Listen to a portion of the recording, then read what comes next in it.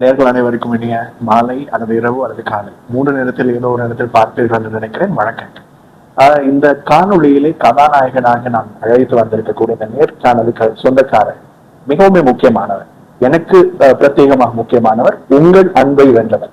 யார் என்று சமூக ஊடகத்தில் முகப்பு அட்டையை பார்த்தவுடன், தம்ப்நெயிலை பார்த்தவுடன் அறிந்திருப்பீர்கள். ஆனால் நான் அவரை பற்றி ஒரு அறிமுகத்தை செய்தார்கள்.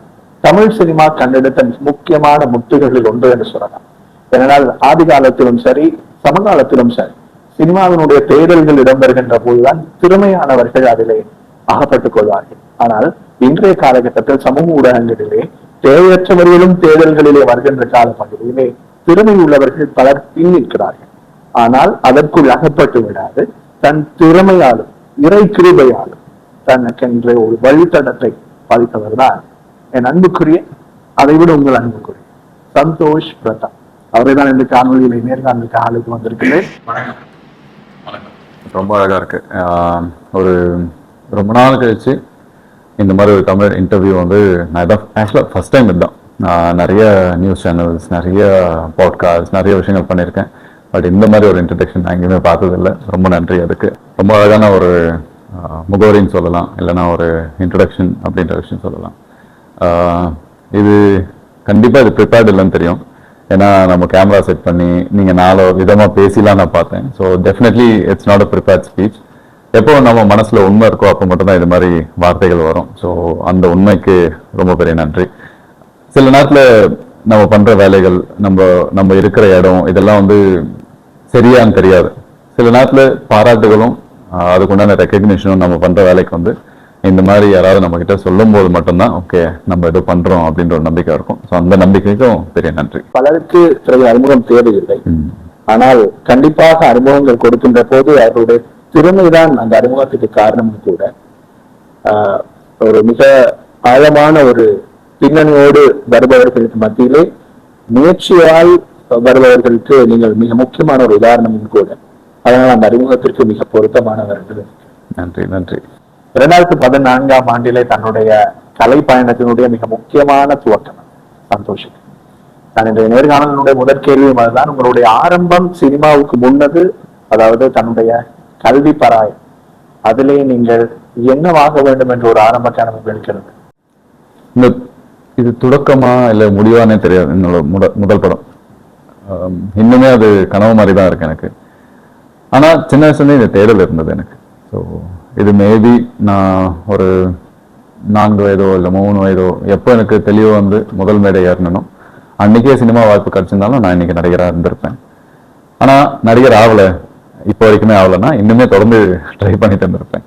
ஸோ அந்த மாதிரி ஒரு காதல் தான் எனக்கு திரையின் மேலே. ஸோ எனக்கு தெரிந்த விஷயம் இல்லைன்னா எனக்கு ஊட்டப்பட்ட விஷயமான்னு தெரியாது, எனக்கே தெரியாமல். ஸோ அதுதான ஒரு ஜேர்னி. எவ்வளோ பேருக்கு இது அமையும் தெரியாது.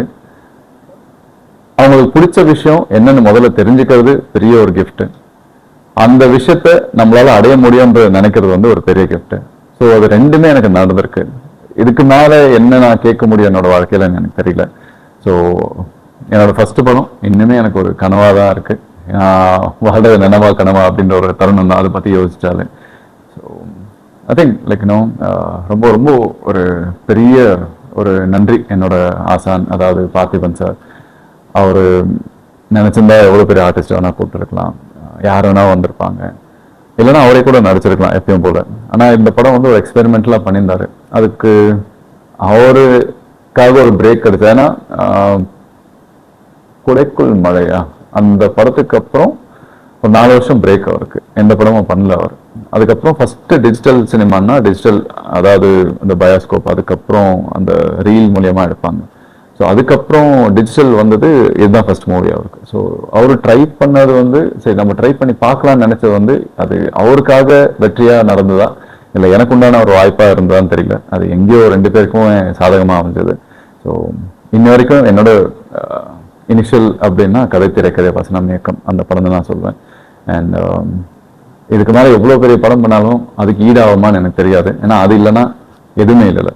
ஸோ ஐ திங்க் கதை திரைக்கதை வசனம் இயக்கம் என்னோட தொடக்கம், என்னோட முடிவா இருக்கும். கதை வசனம் அந்த திரைப்படத்துக்கு தான் சந்தோஷம் முதலாவது விஜய் விருதுகளிலே வளர்ந்து வரக்கூடிய நடிகருக்கான விருது கிடைத்தது என்று நினைக்கிறேன். அந்த திரைப்படங்களை தொடர்ந்து அவருடைய அதாவது திரை வாழ்க்கை என்பது மிக மெதுவாக ஆரம்பித்து அதாவது ஏன் நான் அந்த வசனத்தை சேர்த்தேன் என்றால் பலர் இமாலய உச்சியை கடப்பதற்கு முதலிலேயே எண்ணி விடுவார்கள். ஆனால் சந்தோஷ் அப்படி தன்னுடைய இலக்கை நிர்ணயிக்கவில்லை. கிடைக்கின்ற சந்தர்ப்பத்தில் மிக பொருத்தமானதை தேர்ந்தெடுத்து சந்தோஷ் தன் பயணத்தை ஆரம்பித்தார் என்பது என் எண்ணம். சந்தோஷமே அதை பற்றி கேட்டு எப்படி என்னோட முதல் படம் வந்து நான் தேடி அந்த வாய்ப்பு கிடைக்குமா கிடைக்காதா இல்லை எப்படி ஒரு படம் நடக்குது எனக்கு எதுவுமே தெரியாது. எதிர்ச்சியா ஒரு அவார்ட் ஃபங்க்ஷன் ஒரு ஈவெண்ட்ல அவரை பார்த்தேன். அந்த படம் அதுக்காக நான் அவரை பார்த்து சந்திச்சு பேசலை. ஆனா அடுத்த நாளே வந்து நான் ஆடிஷன் போனேன். அதுக்கப்புறம் அந்த படத்துல அசிஸ்டன்ட் டைரக்டரா இருந்தேன். அந்த படத்துல நான் நடிக்க போறேன். ஆனா என்னவா நடிக்க போறேன்னு தெரியாது, என்ன கதைன்னு தெரியாது. ஆனால் நடந்தது. அதுக்கப்புறம் நான் தான் அந்த படத்தை ஒரு லீடுன்னு எனக்கு தெரியாது. ஸோ அதே மாதிரி தான் என்னோட வாழ்க்கையில் நான் இது வரைக்கும் பண்ண படங்கள் வந்து என்கிட்ட வரதை வந்து நான் உருவாக்கலை, அது தானா வந்த விஷயங்கள் தான்.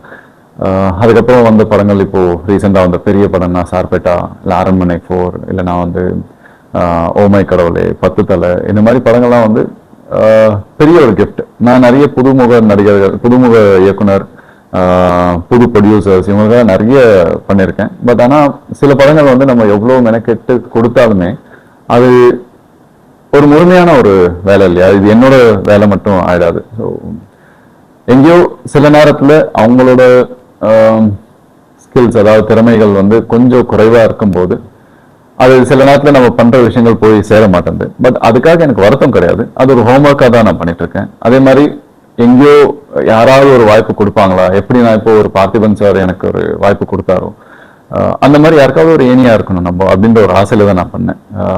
அது எந்த விதத்துலயும் வந்து எனக்கு குறையாவோ இல்லை ஒரு ரிக்ரெட்டாவோ எனக்கு இருந்தது கிடையாது. ஸோ இந்த பாதை வந்து அது தானா போயிட்டு இருக்கு, நான் உருவாக்கல.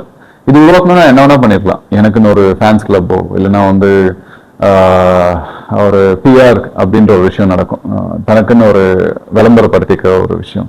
நான் அது மாதிரி எதுவுமே பண்ணலை. இப்போ இது வந்து ஒரு ஜென்யூனான இன்டர்வியூ, நம்மளுக்கு எவ்வளோ நாளாக நம்மளுக்கு பழக்கம் இருந்திருக்கு. பட் இன்னைக்குதான் அது நடக்கணும்னு இருக்கு இல்லையா, இது நம்ம எதிர்பார்க்காத ஒரு விஷயம், தானா நடக்கிற ஒரு விஷயம், அது அழகா அமையும். ஸோ அந்த மாதிரி தான் எனக்கு சினிமாவோட பயணமும். ஸோ நான் முதல் படம் நடிக்கும் போது எனக்கு அந்த அவார்டு கிடைக்குமான்னு விஷயம் தெரியாது, ரெக்கக்னிஷன் கிடைக்குமான்னு தெரியாது, நான் அதை தேடி போல. பட் ஆரம்பகட்ட காலத்துல வந்து அது சின்னதா எங்கேயோ ஒரு சின்ன ஆசை இருந்தது, நம்ம சினிமா வந்துட்டோம் இதுக்கப்புறம் பெரிய ஹீரோ ஆயிடுவோம் அப்படின்ற விஷயம். பட் வளர்ந்த பிறகுதான் தெரியுது ஹீரோன்றது வந்து ஒரு பட்டமே தவிர அது சினிமா கிடையாது, அது வந்து ஒரு ஆர்ட் கிடையாது. ஸோ கலை என்றது வந்து அதை தாண்டி அது நம்மளோட திருப்தி, நம்மளை நம்பி அந்த கதையை சொல்லி அந்த கேரக்டரை கொண்டு வரதுக்கு அவங்க மெனக்கட்டுறாங்க இல்லையா, அந்த டைரக்டரோட திருப்தி, இதுதான் படமே தவிர இதை தாண்டி நடக்கக்கூடிய ஒரு மேஜிக் என்னன்னா ஆடியன்ஸோட அக்செப்டன்ஸ். ஸோ அந்த அக்செப்டன்ஸ் கிடைக்கும் போது அதுதான் பெரிய வெற்றியா பார்க்கறேனே தவிர என்னதான் எவ்வளவு பெரிய விருது வந்தாலும் அது 4 பேர் உட்காந்து பார்க்குற ஒரு விஷயம். என்னோட முதல் வெற்றி என்னோட இயக்குனர் என்ன நம்பின விஷயம் என்கிட்ட இருந்து வருதா அப்படின்ற விஷயம். 2வது வந்து நான் பண்ணும்போது அந்த திரையில பார்க்கும்போது எனக்கு அது கன்வின்ஸ் ஆகுதா, நான் நல்லா பண்ணியிருக்கேனா அப்படின்ற விஷயம் தான். ஸோ இதுதான் என்னோட பெரிய வெற்றியா நான் பார்க்கறேனே தவிர எந்த விருதும் கிடையாது. அண்ட் இன்னுமே ஒரு நாளைக்கு என்ன நடக்க போகுது இருக்குமா இல்லையான்ற விஷயம்லாம் தெரியாது. பட் சந்தோஷமா அந்த வேலையை பண்ணிட்டு இருக்கேன். என்ன ஒரு உயிர் இருக்கிற இடமா என்ன நான் ஃபீல் பண்ற ஒரே இடம் வந்து என்னோட வேலை நடக்கும்போது அங்க என்னையும் மறந்துடுவேன். பகல் இரவுன்னு பார்க்காம தொடர்ந்து வேலை செய்வேன், பசி இருக்காது. ஸோ பட் இது எல்லாம் தாண்டி அந்த கம்பேஷன் பேஷன்ன்ற விஷயம் அது மொத்தம் டீமா அமையும் போது தான் ஒரு அழகான விஷயமா இருக்கும். சில நேரத்துல என்ன நடக்கும்னா ஒரு படம் பண்ணும்போது அது பட்ஜெட்காக பண்ணுவாங்க, பட்ஜெட் பண்றதால ஒரு நாள் எவ்வளவு சீக்வன்ஸ்ன்னு சொல்லி புஷ் பண்ணுவாங்க. ஸோ அந்த நேரத்துல வந்து எங்களுக்கு உண்டான ஃப்ரீடம் இருக்கு இல்லையா, ஒரு கேரக்டருக்காக ஒர்க் பண்ணலாம், இல்லைன்னா அந்த டைம் எடுத்து அதை உணர்ந்து ஒரு விஷயம் பண்ணலான்னும் போது அந்த ஃப்ரீடம் எங்களுக்கு கிடைக்காது. ஏன்னா முதல்ல அங்கே அவங்களுக்கு பட்ஜெட் இருக்காது, பட்ஜெட் இல்லாதால அவசர அவசரமா ஷார்ட்ஸ் எடுக்கணும், அவசர அவசரமா சீக்வன்சஸ் பண்ணணும். ஸோ அந்த நேரத்தில் எங்களுக்கு அந்த ஃப்ரீடம் கிடைக்காது. ஸோ சில நேரத்தில் இப்போ ஒரு படத்துல ஒரு மேடையில் வந்து ரஜினி சார் சொல்லியிருப்பாரு, இது மாதிரி நாங்க ஒரு டெம்ப்ளேட் வச்சிருப்போம், அழுவுறதுனா எப்படி சிரிக்கிறதுனா எப்படி அப்படின்னு. பட் அது சில படத்துல தானே அமைஞ்சிடும், நம்ம வேற வழி இல்லை, இவங்க ஆர்டிஸ்ட் தானே பண்ணிடுவாங்க அப்படின்ற ஒரு விஷயம் இருக்கும். பட் சில படங்களை மட்டும் அந்த கேரக்டருக்காக நாங்க ஒர்க் பண்ண வேண்டியது இருக்கும். நாங்க பண்ணாலுமே வந்து டைரக்டர் கன்வின்ஸ் ஆக மாட்டாரு, ஒரு புதுசா நம்மளால பண்ண முடியுன்ற நம்பிக்கைனால நம்ம கிட்ட எக்ஸ்ட்ரா கேட்பாங்க. ஸோ ஸோ அந்த மாதிரி விஷயம் தான். பாலா சார் கூட ஏதோ ஒரு இன்டர்வியூல யாரோ சொல்லிட்டு இருந்தாங்க, என்னன்னா நான் உன்னை திட்டுறேன்னா அது உன்னை பிடிக்கல அப்படின்ற விஷயத்துக்காக கிடையாது, உங்ககிட்ட இன்னும் இருக்கு, அதை வர வைக்கிறதுக்காக தான் நான் நினைக்கிட்டு இருக்கேன் அப்படின்ற விஷயம். ஸோ சில படங்கள் அது நடக்கும், சில படங்கள் அது நடக்காது. அண்ட் இந்த விருது வந்து நான் இன்ன வரைக்குமே 12 வருஷம் ஆச்சுன்னு நினைக்கிறேன். 2014, இப்போ 2026 இல்லையா? ஸோ கிட்டத்தட்ட 7 வருஷம் நான் இருந்ததே வந்து ஒரு பெரிய உனக்கு ஒரு விருதாக நான் பார்க்குறேன். எங்கேருந்தோ வந்த ஒரு பையன் ஒரு என்னைக்கு ஒரு அந்தஸ்துலையும் ஒரு இடத்துலையும் சினிமாவில் ஒரு இடம் எனக்காக கிடைச்சிருக்குன்னா அது ஒரு பெரிய வெற்றி தான். ஒரு முக்கியமான ஒரு கேள்வியை மறந்து விட்டேன். அதுதான், எல்லோருக்குமே தங்களுடைய தாய் தந்தையர்கள் அல்லது தங்களுடைய குடும்பத்தினர் மிக முக்கியமான ஒரு இடத்தினை தங்களுடைய வாழ்க்கையிலே பிடித்துக் கொள்வார்கள், பதித்துக் கொள்வார்கள். சந்தோஷ், உங்களிடம் எனக்கு கேட்க வேண்டிய ஒரு கேள்வி, கண்டிப்பாக இது உங்களுடைய வாழ்க்கையில மிகப்பெரிய ஒரு இடம் என்பது எனக்கு தெரியும். ஏன்னா இன்று வரை நீங்கள் உங்களுடைய தொலைபேசி இலக்கத்தினுடைய முகப்பு அட்டையாக வைத்திருப்பதே உங்களுடைய தாயோடு நீங்கள் இருக்கக்கூடிய ஒரு நிலப்படம் தான். பலர் பலவற்றை வைத்திருப்பார்கள். தாய் என்பது மிக முக்கியமானது, தந்தை என்பது மிக முக்கியமானது, குடும்பம் என்பது முக்கியமானது. உங்களுக்கு எப்படி அவர்கள் ஒரு உறுதுணையாக, முதல் வெற்றி அவர்களிடம் நீங்க சொன்ன போது அவர்கள் என்ன உங்களுக்கு குறிப்பிட்டார்கள்? அந்த வெற்றியினுடைய கதை சொல்வதற்கு முன்னர் அவர்கள் இந்த துறையில் நீங்கள் செல்கின்ற போது, என்றால் உங்களை பற்றி சொல்வதென்றால் எனக்கு தெரிந்த சந்தோஷ் ஒரு திறமையான விளையாட்டு வீரர், ஒரு திறமையான மலையேறும் பழக்கம் உடையவர். அதாவது திறமையான ஒரு திறமை வந்து பல திறமைகள். சிலருக்கு அழகு மட்டுமே சிலருக்கு அமையும், சிலருக்கு நற்குணங்களும் அதற்கு போர்வையாக அமையும், இன்னும் சிலருக்கு குரல், முகம் என உள்ளத்தோடு சேர்ந்து அனைத்துமே அழகாக அமையும். அதனால்தான் சந்தோஷ் இந்த இடத்தில் இருக்கிறார் என்பது என்னுடைய தனிப்பட்ட கருத்து. அந்த குடும்பத்தாரிடம் வந்து சொன்ன போது உங்களுக்கு கிடைத்த முதல் வார்த்தை என்ன? இன்னைக்கு ஒரு நடிகரா இருக்கிறது வந்து இல்லைன்னா ஒரு கலைஞனா இருக்கிறது வந்து உண்மையாவே எங்கேயோ யாரோ போட்ட விதையா நான் பாக்குறேன். ஏன்னா எங்க அம்மாவுக்கு வந்து அவங்களுக்கு பாடுறது ரொம்ப பிடிக்கும், என்ன ஆட வச்சு பாக்குறது பிடிக்கும், என்ன பாட வச்சு பாக்குறது பிடிக்கும். எங்கேயோ அவங்க மனசுக்குள்ள இருந்த ஒரு சின்ன ஆசை, அந்த விதை தான் வந்து எனக்குள்ள போட்டு அது இன்னைக்கு மரமா வளர்ந்துருக்கு. இது உண்மையா இது நானா இல்ல அவங்க உருவாக்குன ஆளான்னு எனக்கு தெரியாது. ஆப்வியஸ்லி அவங்க உடம்பு மூலியமா தான் நான் இங்க வந்திருக்கேன், அவங்க நினைச்சதால தான் இன்னைக்கு வந்து ஒரு ஆளா இருக்கேன். பட் இந்த நடிகரா அப்படின்ற ஒரு விஷயமும் அவங்க தான் கொடுத்தாங்கன்னு நான் நினைக்கிறேன். அந்த அழகு பார்த்து தன்னோட குழந்தைய வந்து படிக்க வைக்கணும், இது மாதிரி இருக்கணும் அப்படின்னு எங்கேயோ ஒரு ஆசை கொடுப்பாங்க இல்லையா? சில நேரத்துல அந்த ஆசை வந்து சின்ன வயசுல இருந்தே ஓகே ஸ்கூலோட முடிஞ்சது, அதுக்கப்புறம் வேணான்னு இருப்பாங்க. பட் எங்க அம்மாவுக்கு எப்பவுமே அது இருந்ததுன்னு நினைக்கிறேன். தன்னோட குழந்தைகள் எப்பவுமே தன்னோட தாய் தந்தையருக்கு வந்து அவங்க வந்து ஒரு எல்லாத்த விட அழகான ஒரு பொருளை அவங்க பார்ப்பாங்க. அதே மாதிரி நம்ம அம்மா அப்பா வந்து நம்மளுக்கு வந்து அவங்க சூப்பர் ஹீரோஸ். அந்த மாதிரி எங்கேயோ அந்த நம்பிக்கை தான் இன்னைக்கு நான் இதுவா மாறி இருக்கேன். ஸோ அதுவே ஒரு பெரிய நன்றி கடன் அவங்களுக்கு நான் பார்க்கும் போதும் இல்லை பல ஜென்மங்கள் தாண்டியும் அந்த நன்றி கடன் நான் தீக்கணும். இப்போ என்னோட முதல் படம் அப்படின்னும் போது அவங்களுக்கு நான் படம் பண்றேனே ஆக்சுவலா தெரியாது. நான் ஷூட்டிங் முடிச்சிட்டேன், அதுக்கப்புறம் வந்து சென்னையில வந்து நான் இருக்கேன். இப்போதைக்கு என்னால் அவங்களுக்கு சம்பளம் வாங்குறதோ இல்லை அனுப்புறதோ என்னால் பண்ண முடியாது. ஸோ எனக்கு கொஞ்சம் டைம் கொடுங்க, நான் செட்டில் ஆகிட்டு நான் அதுக்கப்புறம் எல்லாமே சால்வ் பண்ணுறேன் அப்படின்னவொடனே அவங்க எதுவுமே கேட்டுக்கல. அவங்களுக்கு தெரியும் நான் படித்தேன், அண்டர் கிராஜுவேட் பண்ணேன், மாஸ்டர்ஸ் பண்ணேன், அதுக்கப்புறம் சென்னையில் வேலை பண்ணேன், அதுக்கப்புறம் துபாயில் ஒர்க் பண்ணேன், குவிட் பண்ணிட்டு மறுபடியும் சென்னையில் வந்து கொஞ்ச நாள் ஒர்க் பண்ணிட்டு இருந்தேன். பட் எங்கேயோ ஒரு விஷயம் எனக்கு அது ஒட்டலை, அது நானா எனக்கு தெரியல. ஸோ அதனால எனக்கு பிடிச்ச விஷயம் ஒரு வாட்டி பார்ப்போமே, ஒரு வாட்டி ட்ரை பண்ணி பார்ப்போம் அப்படின்னு. சரி ஓகே வந்து இங்கே ட்ரை பண்ணி மூவி கிடைச்சது. சரி ஜெயிச்சுட்டு சொல்லலாம், ஏன்னா ஒருவேளை என்ன நடக்கலாம். இப்போ என்னோட படிப்பு நின்று போயிருக்கலாம், இல்லைன்னா வந்து எனக்கு வேலை கிடைக்காம போயிருக்கலாம். அது எனக்கு மட்டும் கஷ்டம் இல்லை, அவங்களுக்கு அது கஷ்டமா வந்து சேரும். ஸோ அந்த மாதிரி ஏதாவது இது மாறிடக்கூடாது. ஏன்னா எனக்கு ரொம்ப பிடிச்ச விஷயம் இது. நடந்து ஜெயிச்சிட்டோம்னா அது எனக்கும் சந்தோஷம், என்னை சுற்றி இருக்கிறவங்களுக்கும் சந்தோஷம். ஸோ நான் உடஞ்சிட்டேன்னா இது அப்படியே மறைச்சிடலாம், மறுபடியும் நான் எங்கேயாவது வேலைக்கு போயிடலாம் அப்படின்ற ஒரு தாட்ல தான் இந்த படமே நான் பண்ணி முடிச்சு எங்கள் வீட்டில் நான் அது வரைக்குமே சொல்லலை.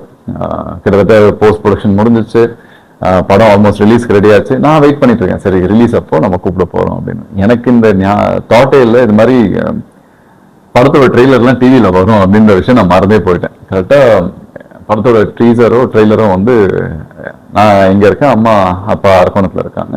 அவங்க ரேண்டமா பார்த்துட்டு இருக்கும்போது பார்த்திபன் சார் ரொம்ப நாள் கழிச்சு பண்றதால எல்லா ஊடகங்களும் வந்து அதை பத்தி விளம்பரப்படுத்திட்டு இருந்தாங்க. ஸோ அந்த நேரத்துல எங்க அம்மா பார்த்துட்டு ஃபோன் பண்ணி இது மாதிரி நீதானா அப்படின்னு கேட்டாங்க. ஆமா அப்படின்னு. ஸோ அப்பதான் அவங்களுக்கு தெரியும் நான் படம் பண்ணியிருக்கேன் அப்படின்ற விஷயம். அப்புறம் அவங்க நேர்ல என்ன அதுக்கப்புறம் வந்து பார்த்தது சென்னையிலன்னா என்னோட படத்தோட ஆடியோ லான்ச் இசை வெளியீட்டு விழாவில் வந்து பார்த்தாங்க. அப்போ எல்லாம் முடிஞ்சு ப்ரோக்ராம் முடிஞ்சு அவங்க கடைசியில் உட்காந்து எனக்கு தெரியாது இப்போ நம்ம லீடா பண்றோம்னா அவங்க முன்னாடி உட்கார வைக்கணும்னு தெரியாது.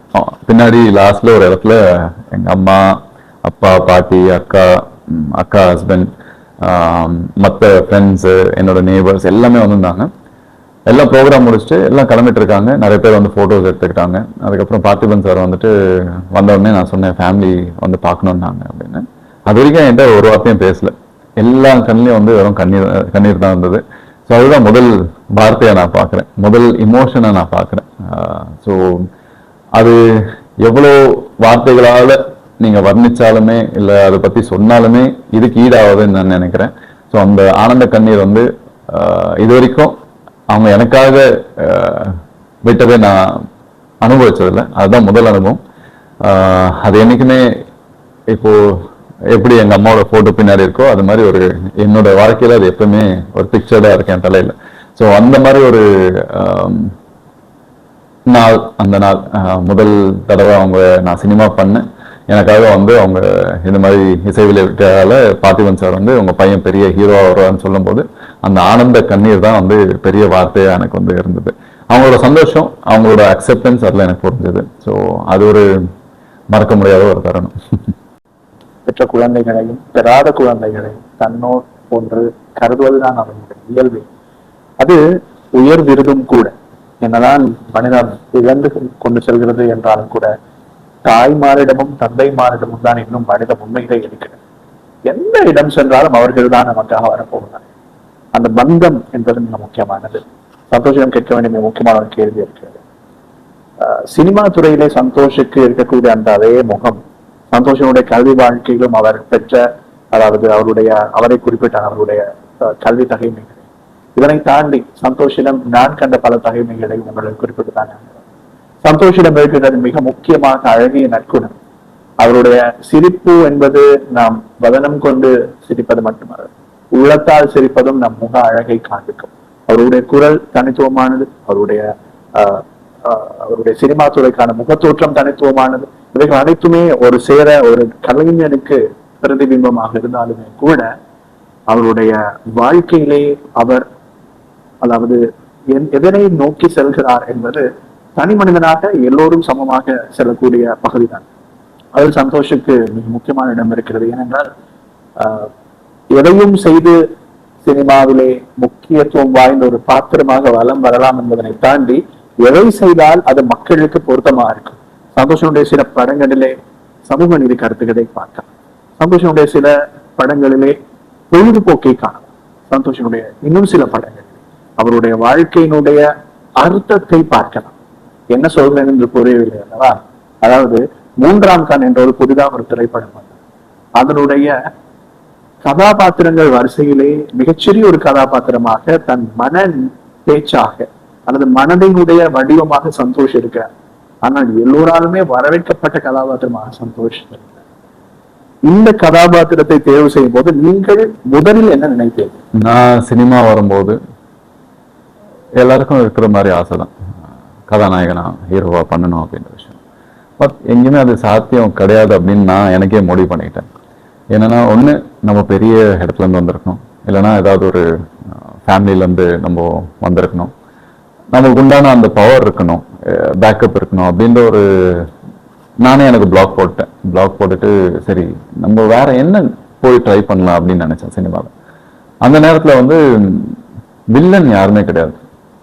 ரகுவரன் சார் இருந்தாங்க, பசுபதி அண்ணா இருந்தாங்க, கிஷோர் இருந்தாரு, இந்த மாதிரி சில பேர் தான், பிரகாஷ் ராஜ். இதுக்கப்புறம் வில்லன் சொன்னா அந்த ஜென்ரேஷனோட கடைசி, அதுக்கப்புறம் யாருமே இல்லை. சரி இந்த இடம் நல்லா தானே இருக்கு, நம்ம ட்ரை பண்ணலாமே வில்லனிசம் அப்படின்னு ஒண்ணு. ஏன்னா ஒரு படத்துக்கு ஒரு ஹீரோ எலிவேட் ஆகணும், ஒரு கதை எலிவேட் ஆகணும்னா அதுக்கு உண்டான, இப்போ எக்ஸாம்பிளுக்கு ஒரு ராமர்னா ராவணர் இருக்கணும், ஒரு பாண்டவர்னா கௌரவர்கள் இருக்கணும். அந்த மாதிரி ஒரு விஷயம் கதைகள் இப்போ இல்லை, இதிகாசத்துல இருந்தே அந்த பேலன்ஸ் இருந்தா மட்டும்தான். இப்போ பகல்னா இரவு, ஸோ அந்த மாதிரி தான் ஒரு கேரக்டர் பேலன்ஸ்னா அது வில்லன் தான். ஸோ அதுக்காக எந்த விதத்துலயும் அது கம்மியாயிட போறது இல்லை. அதுக்காக ஹீரோ வில்லன் தான் கிடையாது. இப்போ நீங்க சொன்ன மாதிரி இந்த படத்துல மூன்றாம் கண்ணில் வந்து ஒரு சின்ன கதாபாத்திரம் தான், ஒரு மனசாட்சி, மனசாட்சி உருவமா இருந்தா என்ன இருக்கும். சில பேர் வந்து தான் நல்லவன்னே போர்ட்ரே பண்றது வேற, தனக்குள்ள ஒரு விஷயம் இருக்கும், அது அவங்களாலே மாற்ற முடியாது. பட் அந்த எண்ணங்களை வந்து கட்டுப்படுத்தாம வெளில ஒரு உருவமா இருந்தா எப்படி இருக்கும். ஸோ அந்த மாதிரி ஒரு பிரதிபலிப்பு தான், அந்த மனசாட்சியோட பிரதிபலிப்பு தான் வெளில இருக்கும். என்னன்னா இப்போ வித்தார்த்தோட மனசாட்சியா இல்ல மன எக்ஸ்பிரஷனா வந்து நான் இருந்தேன். ஸோ அந்த எக்ஸ்பிரஷன் பாத்தீங்கன்னா கிட்டத்தட்ட அவருக்கு அப்படி ஆப்போசிட்டா இருக்கும். உருவத்திலயும் சரி, எண்ணத்திலயும் சரி, எல்லாமே அவர் காட்டணும்னு நினைக்கிறது நான் நல்லவன் அப்படின்னு. ஆனா உள்ள இருக்கிற விஷயம் நான் இப்படி இருக்கணும்னு ஆசை, இவங்க கிட்ட இப்படி நடந்துக்கணும்னு ஆசை, அவ்வளவு விஷயங்களை வந்து அதை வந்து நான் போர்ட்ரே பண்ணும். இது எங்கேயுமே வந்து டிஸ்டர்ப் ஆயிடக்கூடாது. நான் ஒரு ஓல்டு பண்றதோ என்ன ஒரு ஓல்டு பண்றதோ. ஸோ இந்த சேலஞ்ச் வந்து ரொம்ப பெருசா இருந்தது. ஸோ இந்த சேலஞ்ச் பண்ணும்போது நிறைய பேருக்கு ஆக்சுவலா இந்த கேரக்டர் பண்ணணும்னு ஆசை இருந்தது. பட் எனக்கு தெரியல எப்படி அந்த இயக்குனர் வந்து என்ன தேர்ந்தெடுத்தாருன்னு. நான் அவர்கிட்ட கேட்டேன், எப்படி என்ன தேர்ந்தெடுத்தீங்க அப்படின்னு சொல்லி. இல்ல அது ஒரு ஒரு ஆக்டர்னா எல்லாமே பண்ணக்கூடிய ஒரு விஷயம் தானே. ஸோ அதுக்காக தான் உண்மையாவே எனக்கு ரொம்ப சந்தோஷம். ஏன்னா நான் ரொம்ப நாளா இந்த டெம்ப்ளேட்டை உடைக்கணும்னு ஆசைப்பட்டுட்டு இருந்தேன். வில்லனா பண்ணுவேன், இல்லைன்னா சீரியஸா பண்ணுவேன், இல்லைன்னா வந்து இப்போ சின்ன ஒரு உதாரணத்துக்கு வந்து இது ஆனந்த மரம்னு சொல்லி ஹாட்ஸ்டாருக்கு வந்து ஒரு சின்ன வெப் சீரிஸ் பண்ணியிருந்தேன், ஒரு மைக்ரோ சீரிஸ். அது ஒரு 4 நிமிஷம் 5 நிமிஷம் தான் அது. ஸோ அதுல பாத்தீங்கன்னா ஒரு பப்ளியான கேரக்டர் இருக்கும். பட் அது படமா நான் எங்கேயுமே பெருசா போர்ட்ரே பண்ணல. ஆக்சுவலா நான் என்னோட க்ளோஸா இருக்கிறவங்க தெரியும் நான் எவ்வளவு சீரியஸே கிடையாது அப்படின்ற விஷயம். ஸோ அது எங்கேயா பிரேக் பண்ணும். பிளஸ் நடிகராகவும் வந்து என்னோட நான் பார்க்காத விஷயங்களை வந்து நான் வெளில கொண்டு வரணும் அப்படின்ற ஆசை இருந்தது. ஸோ அதுதான் காரணமே தவிர நான் சில படங்கள்லாம் வந்து நான் கதைகள் கூட ஃபுல்லா கேட்டது கிடையாது, நடிக்க ஆரம்பிச்சிடும். ஸோ சில நேரத்தில் நம்பிக்கை தேவை, நம்மளால பண்ண முடியும் அப்படின்ற விஷயம். அதே மாதிரி எனக்கு வந்து இது வரைக்கும் நான் தேடாத ஒரு இடம் சினிமாவில் எனக்கு கிடைச்சிருக்குன்னா, நிறைய படங்களை பாத்தீங்கன்னா நல்லவனே நினைச்சிட்டு இருப்பாங்க, நிறைய படத்துல பாத்தீங்கன்னா நான் கெட்டவனே நினைச்சிருப்பாங்க. கடைசியில பாத்தீங்கன்னா இப்ப கொண்டாள் போவோம் உதாரணத்துக்கு, கடைசியில நான் நல்லவன், ஆனா கடைசி வரைக்கும் அதை கெட்டவனா போர்ட்ரே பண்ணுவாங்க. இப்போ கேம் வெப் சீரிஸ்ல பாத்தீங்கன்னா ஆரம்பத்துல இருந்தே நல்லவன் இருப்பான், ஆனா கடைசியில கெட்டவன் நினைப்பாங்க, ஆனா இவன் நல்லவன் தான். சோ இது எங்கேயுமே எந்த ஆக்டருக்குமே வந்து இது வரைக்கும் நான் பார்க்காத ஒரு விஷயம். நல்லவனா கெட்டவனா கடைசி வரையும் ஜட்ஜ் பண்ணிட்டே இருந்தோம். அவன் நம்புற நேரத்துல அது உடையும். இப்போ கழுவத்தி மோர்கன் நல்ல மெசேஜ் தான், பட் என்னோட நண்பனுக்கே வந்து நான் தான் வந்து ஏதோ பின்னாடி அவனுக்கு சதி பண்றேன் அப்படின்ற ஒரு விஷயம் வச்சிருப்பாங்க. பட் கதையா ஓப்பன் ஆகும்போது தான் ஆக்சுவலா ரொம்ப நல்லவன் அப்படின்ற விஷயம். ஸோ இது எங்கேயோ தெரிஞ்சோ தெரியாமலே எனக்குன்னு ஒரு கிராஃப் செட் ஆயிடுச்சு. நான் படங்கள் சூஸ் பண்றதில்ல, படங்கள் என்ன சூஸ் பண்ணுது. ஸோ அந்த மாதிரி விஷயம் வரும்போது எனக்கு அந்த ஃப்ரீடம் ரொம்ப அழகா இருக்கு. நான் இப்போ ஆக்சுவலா அதை ரொம்ப என்ஜாய் பண்ண ஆரம்பிச்சிருக்கேன். 10 தலையில ஒரு சின்ன ஆரம்பத்துல வர ஒரு சிஎம் கேரக்டர் தான், பட் அதுக்கு எவ்வளவு பாராட்டுகள் எனக்கு வந்திருக்கு. அது மூலியமா எனக்கு நிறைய படங்கள் கிடைச்சிருக்கு. எதையுமே நான் இப்போ சிறுசா பாக்குறது இல்லை. இதே முதல் பட வாய்ப்பா இருந்தா அது எவ்வளவு பெரிய வாய்ப்பா தெரியும். அதே நம்பிக்கையோட அதே வேலையோட தான் பண்றேன். இப்போ நம்ம வளர்றதால சில நேரத்துல நம்மளோட கெரியர் கிராஃப் வந்து வளரணும்னா சில திருத்தங்கள் பண்ண வேண்டியது இருக்கு. இப்போ நான் முன்னாடி பண்ண மாதிரி புது டைரக்டர்ஸ் புது ப்ரொடக்ஷன்ஸ் எல்லாம் கொஞ்சம் கம்மி பண்ணிட்டேன். ஏன்னா வந்து கிட்டத்தட்ட ஒரு வருஷம் அந்த ப்ராஜெக்டுக்காக நான் ஒர்க் பண்றோம். அந்த ப்ராஜெக்ட் ஒர்க் பண்ணும்போது நமக்கு தெரியும் எங்கேயோ அது வந்து இவங்களுக்கு வியாபாரம் தெரியாது, சினிமா தொழில் பத்தி கத்துக்காம வெறும் பேஷன் வச்சு மட்டும் வந்தா இங்க தொழில் இது கலை கிடையாது, கலை கலந்த ஒரு தொழில். ஸோ தொழிலும் இங்க கத்துக்கணும். ஸோ அதுக்காக தான் வந்து இப்போ நான் நிறைய பெரிய படங்கள் பண்ணிட்டு இருக்கேன். கிட்டத்தட்ட 10-11 வருஷத்துக்கு அப்புறம் என்னோட வேற வந்து ஸ்ட்ராங் பண்ணியிருக்கேன். இன்னைக்கு அந்த மரம் வந்து இப்போதான் பழங்கள் பூக்கள் இதெல்லாம் கொடுக்க ஆரம்பிச்சிருக்கு. ஸோ ஐ திங்க் இதுக்கப்புறம் இன்னும் நிறைய வித்தியாசமான வேடங்கள், நிறைய விதமான படங்கள், நிறைய விதமான ப்ராஜெக்ட்ஸ் நான் பண்ண ஆரம்பிப்பேன் நான் நினைக்கிறேன். சிவாஜி கணேசனில் ஆரம்பித்து கமல்ஹாசனிலே தொடர்ந்து சந்தோஷ் வரை பயணிக்கின்ற இந்த பயணத்திலே நமக்கு எதிர்பார்க்கக்கூடிய சினிமாவினுடைய ஒரு நல்ல வடிவம் பிம்பம் இருக்கிறது. அது என்னவென்றால் பன்மொழி திறமை. அதாவது மொழிகள் என்பது மிக முக்கியமானது. ஏனென்றால் ஒரு மொழி சார்ந்திருக்கும் போது ஒரு குறிப்பிட்ட இடத்திற்கு மட்டும்தான் ஒரு கலைஞன் வரையறுக்கப்படுகிறார். இதனால்தான் நான் ஆதி காலத்தில் சொன்னார்கள், கற்றோர்க்கு சென்ற இடமெல்லாம் சிறப்பு, ஆள்பவனுக்கு தன் குறு நிலப்பகுதியில் மட்டும்தான் சிறப்பு. கற்றோர் என்று சொன்னது புத்தகத்தை கற்றவர்கள் மட்டுமல்ல, தன் துறையை கற்றவர்கள் அனைவருமே கற்றோர்கள் தான்.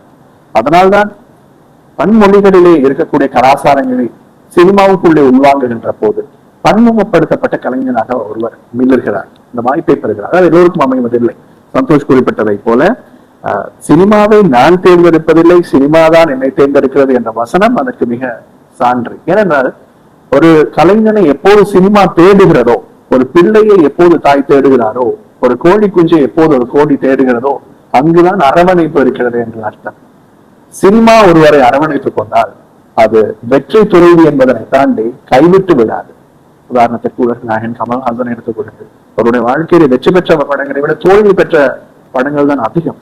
ஆனால் இன்றும் அவர்தான் சினிமாவிலே முதல்வராக இருக்கிறார். இந்த காலத்தில் அரசியலிலே பல முதல்வர்கள், பொருளியலிலே பல முதல்வர்கள், மருத்துவ பல முதல்வர்கள். ஆனால் சினிமா என்கின்ற இந்த இயலிலே இப்போதும் அவர்தான் முதல்வராக இருக்கிறார்.